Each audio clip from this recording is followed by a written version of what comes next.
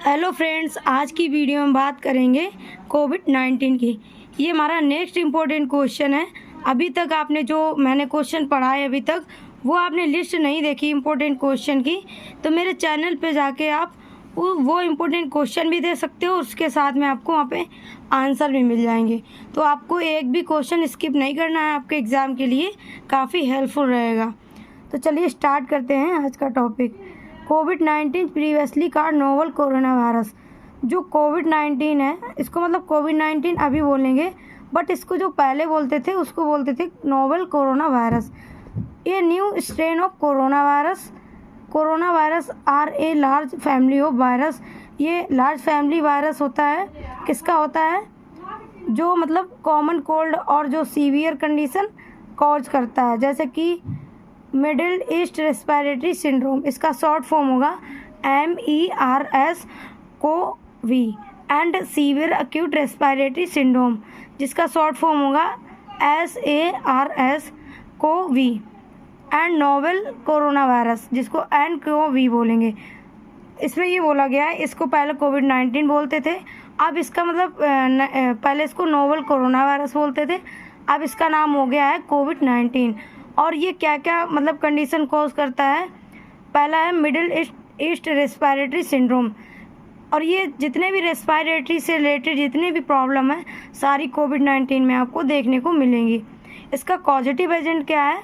Cause by the novel corona virus SARS-CoV-2, मतलब इसका जो पॉजिटिव एजेंट है वो नोवेल कोरोना वायरस है।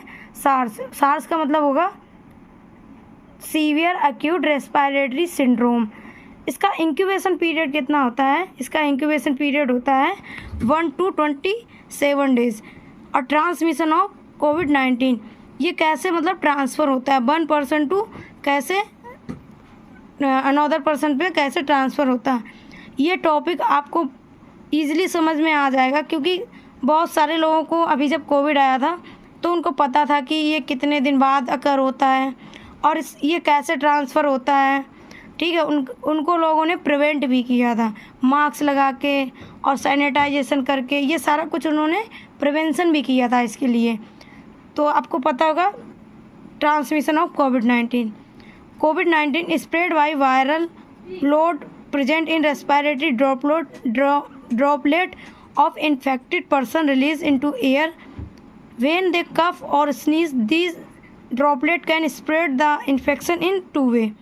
मतलब जो कोविड-19 है वो आपको पता है कि वो रेस्पिरेटरी रिलेटेड प्रॉब्लम होती है, और जब भी कोई स्नीज करता है या कफिंग करता है तो उससे जो ड्रॉपलेट निकलती हैं तो उसमें वो प्रेजेंट होता है। जो कोविड-19 है कोरोना वायरस है वो उसमें प्रेजेंट होता है।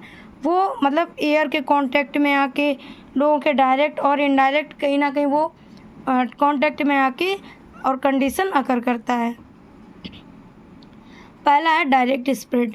डायरेक्ट कैसे स्प्रेड होगा? By droplet that land on the face, mouth, eye, hand to another person. Spread by direct contact has been to occur within distance of 3 metre और 1 metre. आपको पता है डायरेक्ट कैसे spread होता है? जैसे हम किसी पर्सन के 3 फीट से कम मतलब पास में किसी के फेस टू फेस खड़े हैं और उसको बहुत तेज़ से कफिंग हुई या स्नीज हुई, तो उससे जो ड्रॉपलेट निकलेंगी वो आपके आइज़ पे जाएंगी या आपके माउथ पे जा सकती हैं, और या तो आपके नोज़ से एंटर करके आपकी बॉडी में चले जाएंगे, जिससे आप उस कोविड-19 के पर्सन से डायरेक्ट कांटेक्ट में आ सकते हो और आपको कोरोना वायरस हो सकता है। इसलिए आपको पता होगा कि 3 मीटर हमें डिस्टेंस, किसी से भी बात करनी है तो हमें 3 मीटर डिस्टेंस 3 फीट या 1 मीटर, मतलब फिट में देखा जाए तो आपको 3 फीट दूर रहना है और 1 मीटर उसको दूर रह के बात करनी है आपको। इनडायरेक्ट स्प्रेड कैसे होता है? इनडायरेक्टली मतलब किसी के कांटेक्ट में आके with the surface contaminated by the respiratory droplet style surface floor, cloth, keyboard, mobiles. Virus can survive on contaminated surface up to 2 या 3 डेज। मतलब इनडायरेक्टली क्या होता है? कोई भी कोविड-19 पॉजिटिव पेशेंट है और उसको वो अपने बार बार नोज़ को भी टच कर रहा है, माउथ को भी टच कर रहा है, तो उसके हैंड में जो कोविड-19 है वो उससे फिर क्या करता है, उन्हीं हैंड से वो मोबाइल अपना टच करता है, कीबोर्ड टच करता है, कोई भी डोर खोलने के लिए वो हैंडल पकड़ता है। और हेल्दी पर्सन क्या करता है, फिर उसका या तो मोबाइल यूज़ कर लेगा या तो फिर वही मतलब जो क्लॉथ या डोर है वो उसको टच करेगा। फिर वो अपने जो हेल्दी पर्सन है वो बिना मतलब हाथ क्लीन किए, वो बिना हैंड वॉशिंग किए कुछ खा लेता है, तो वो जो उसके सरफेस से कांटेक्ट में आया था वो उसकी बॉडी में एंटर कर जाएगा। इसीलिए तो बोला गया था आपको प्रॉपर सैनिटाइजेशन करना है और आपको हैंड क्लीन करना है। जब भी आप कुछ खा पी रहे हो तो आपको हैंड क्लीन करना है। ये हमारा हो जाता है इनडायरेक्ट स्प्रेड। नेक्स्ट है साइन और सिम्टम ऑफ पेशेंट। आपको मतलब क्या उसमें कोविड-19 के पेशेंट में क्या साइन और सिम्टम देखने को मिलेंगे। पहला आपको देखने को मिलेगा फीवर, कफ मिलेगा, फटीग, बहुत ज़्यादा परेशान रहेगा, थका हुआ रहेगा, शॉर्टनेस ऑफ ब्रीथ, क्योंकि रेस्पिरेटरी में प्रॉब्लम हो रही है तो वो उसको ब्रीदिंग प्रॉपर नहीं मिल पाएगी। सम पेशेंट में also have aches of and pain, nasal congestion, runny nose, sore throat, मतलब उसको सोर थ्रोट होगा, कोई भी चीज़ खा रहा है उसको निगलने में प्रॉब्लम होगी, उसकी नाक हमेशा बहेगी, ठीक है, रनी नोज रहेगी। नेक्स्ट है सिंड्रोम एसोसिएटेड विद कोविड-19, मतलब उसमें आपको और भी सिंड्रोम दिख सकते हैं। सिंड्रोम का मतलब होता है ग्रुप ऑफ साइन और सिम्टम। जब आपको एक कोई डिजीज़ कंडीशन होती है उसमें एक दो डिजीज़ कंडीशन या किसी दूसरे डिजीज़ के साइन सिम्टम अकर होंगे तो उसको हम सिंड्रोम बोलेंगे। पहला होगा अनकॉम्प्लिकेटेड इलनेस। अनकॉम्प्लिकेटेड इलनेस क्या होता है, उसका कोई भी साइन और सिम्टम आपकी बॉडी में नहीं दिख रहा है और कोई भी डिजीज़ अचानक आपको हो रही है तो वो आपको अनकॉम्प्लिकेटेड इलनेस कोई भी हो सकती है। आपको निमोनिया होगा, वो आपको माइल्ड भी हो सकता है निमोनिया और आपको बहुत ज़्यादा सीवियर भी हो सकता है, आपको सीवियर एनीमिया भी हो सकता है।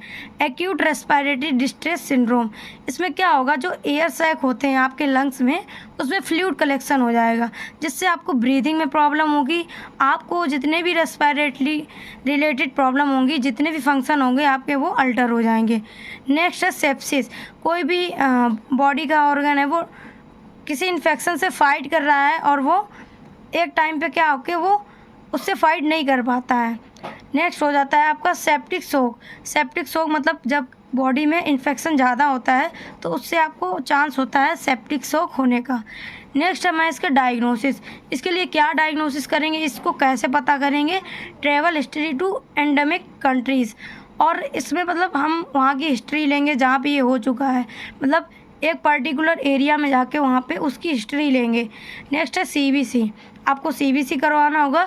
नेक्स्ट है चेस्ट एक्सरे, और ये जो डिजीज़ है वो आपको चेस्ट को अफेक्ट कर रही है ज़्यादा और आपको रेस्पिरेटरी को, इसलिए वहाँ चेस्ट एक्सरे लेंगे। और आपका नेक्स्ट डायग्नोसिस होता है RT-PCR। इसमें आपको पता होगा कि स्वैब से जो आपके गले में जो सैंपल या नोज़ में वो क्या होता है, कोरोना वायरस आपको प्रेजेंट होता है उसमें, तो उससे वो आइडेंटिफाई करते हैं, स्वैब से वहाँ का सैंपल लेके आपने देखा होगा तो वहाँ पे आइडेंटिफाई करते हैं। नेक्स्ट है चेस्ट सिटी स्कैन, और इसमें हम चेस्ट का सिटी स्कैन भी करेंगे। नेक्स्ट है प्रिवेंशन, हमें मतलब इस कोविड से कैसे बच के रहना है, इसके लिए हमें क्या प्रिवेंशन रखना है। Control the source of infection, हम इन्फेक्शन के कंट्रोल कर सकते हैं उसके सोर्स को ख़त्म करके, मतलब इसका सोर्स क्या है वहीं से हमें इसको बच के रहना है। Confirm covid cases, method of control source of infection, testing suspected symptomatic, the close contact include pre-symptomatic cases and isolation of positive cases. Since there is no proved treatment to the disease, isolation case remain mainstay of controlling the source of infection. For example अगर किसी को कोविड-19 हो गया या उसके symptom आ रहे हैं, ठीक, जैसा कि मैंने आपको बताया कि ये सिम्टम अगर आपको दिख रहे हैं तो उस पेशेंट को आपको आइसोलेट कर देना है, उसको मतलब अपने से अलग कर देना है, उसके कांटेक्ट में नहीं रहना है। यही आपका मतलब मेन मतलब प्रिवेंशन होता है कि आप उस डिजीज़ से प्रिवेंट रह सकते हो। तो आप उस पेशेंट के कम कांटेक्ट में आओगे तो डिजीज़ कंडीशन स्प्रेड कम होगी। नेक्स्ट है break the chain of transmission, मतलब ये ट्रांसमिशन कैसे हो रहा है, हमने देखा था कि ये डायरेक्ट ट्रांसमिशन हो रहा है, इनडायरेक्ट हो रहा है, कफिंग से हो रहा है, डायरेक्ट ड्रॉपलेट माउथ से कांटेक्ट में आ रहे हैं, या कोई भी door close, mobile, keyboard contact में आ रहा है इन्फेक्टेड पर्सन का, तो उसके हमें चैन को ही ब्रेक करना होगा। Method to break the chain of transmission, उसको हम कैसे ब्रेक करेंगे?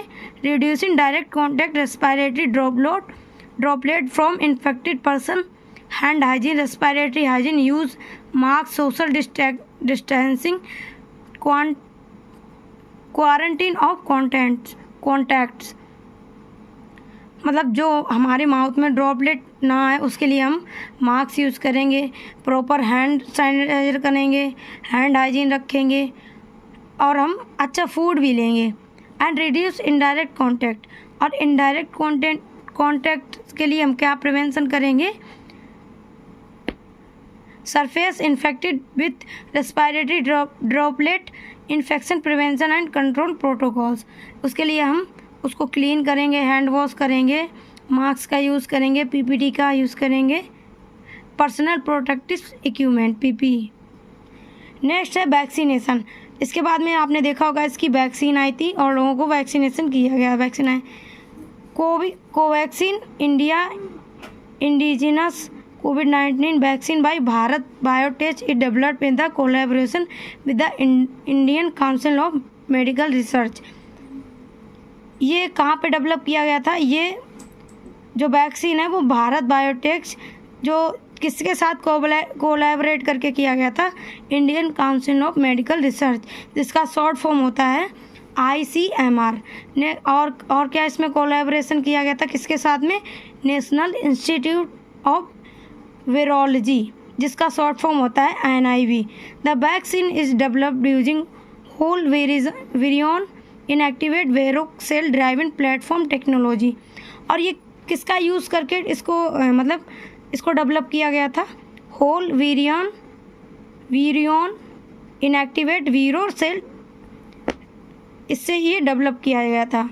The content dead virus incapable of infection, मतलब इसको डेड वायरस से बनाया गया था जो इन्फेक्शन को स्प्रेड करने में एनेबल होते हैं, इतना कैपेबल नहीं होते हैं, but still able to instruct the immune system to mouth defensive reaction against, मतलब बट ये डिजीज़ को अकर नहीं कर सकते, बट ये क्या कर सकते हैं? जो डेड वायरस थे जिससे ये वैक्सीन बनाई गई थी वो क्या करेंगे? आपको डिफेंस उससे बचाएंगे, उसके अगेंस्ट आपकी इम्यूनिटी बनाएंगे और उससे डिफेंस करेंगे आपका।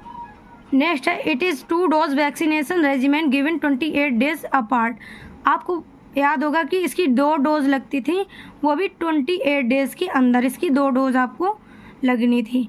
It is vaccine with no sub zero storage, no restriction requirement, already to use liquid presentation of multi dose, visual stable at 2 to 8 degree Celsius. मतलब ये जो वैक्सीन थी इसका स्टोरेज कम नहीं होने दिया, इसका बिल्कुल जीरो स्टोरेज नहीं होने दिया। इसको ऐसा नहीं है कि बिल्कुल जब ये ख़त्म हो जाएगी तभी इसका प्रोडक्शन करेंगे, इसका कंटिन्यू प्रोडक्शन चलता रहा। और इसको लिक्विड में एक लिक्विड टाइप में ये था, वाइल में था, और इसको कितने डिग्री सेल्सियस स्टोरेज दिया गया था? 2 से लेके 2 to 8 डिग्री सेल्सियस में इसको स्टोरेज किया गया था। नेक्स्ट है Covishield is vaccine has been developed by the University of Oxford and British Swedish pharmaceutical company AstraZeneca. ये कहाँ पे डेवलप किया गया था? किस यूनिवर्सिटी में?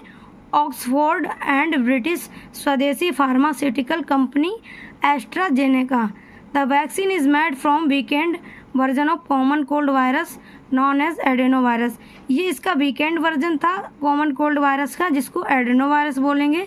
फ्रॉम चिम्पैंजीज, जो किससे लिया गया था? चिम्पैंजीज का जो ये कोल्ड वायरस था इसका वीकेंड वर्जन लिया गया था चिम्पैंजीज से, और इसको एक रेगुलर टेम्परेचर पे फ्रीज किया गया था, इसको स्टोरेज कर रखा गया था, और इसके बाद में लोगों को इसको इम्यूनाइजेशन किया गया था। तो ये हमारा था आज का टॉपिक कोविड-19 और उसका प्रिवेंशन। वीडियो अच्छा लगा तो वीडियो को लाइक करें, चैनल पे नए हैं तो चैनल को सब्सक्राइब करें। Subscribe for more content.